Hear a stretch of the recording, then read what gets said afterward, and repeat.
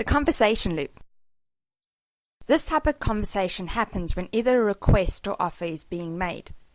It probably makes up about 80% of the conversations you'll have on a day-to-day basis.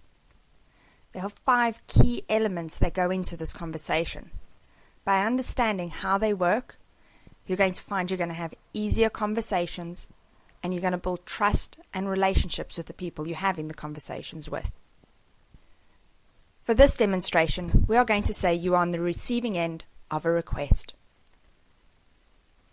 We first start off with an energetic opening. First impressions count. Make sure you are creating the right impression from the start. Use both your tone, words, and body language to create the wow factor. Once you've opened, it's time to listen. Make sure you're taking notes and taking on all the information that the person is giving.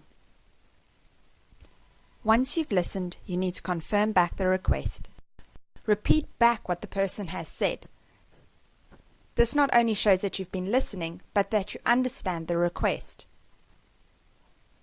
The next point is to clarify. This is your opportunity to ask questions and gain more information. Make sure you ask in the right types of questions. Good questions will give you good answers. It also gives you an opportunity to negotiate what you can and can't do.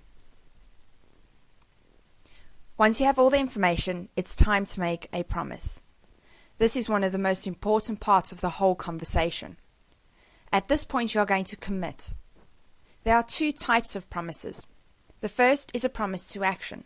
This is made when the request is something that you yourself can do. The other type is a promise to update. This is when the request requires you to pass it on or escalate it. You're going to make the commitment and promise to take ownership of the request and provide an update when you have information. Now, there are 2 key bits that go into making any promise. When you make a promise, you are setting the expectations. Make sure you set them right. The first bit is get specific. What can you actually deliver on? The next bit is time. Set a time whereby you can deliver on the promise. Once you've made the promise, it's time to go away and do the work. During this time, you don't have to communicate back, unless something goes wrong that prevents you from delivering on your promise.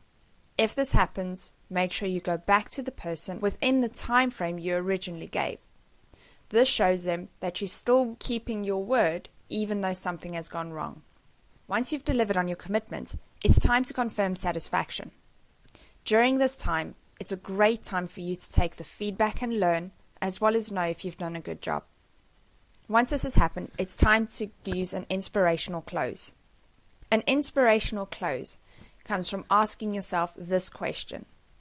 Out of the 1,000 other conversations you are going to have this week, how is this person going to remember you? How are you going to stand out in the crowd? How are you going to leave a lasting impression? By understanding this conversation and the 5 elements that go into it, you are going to find you'll have far more effective and efficient conversations. And what will happen is trust and relationships will be formed.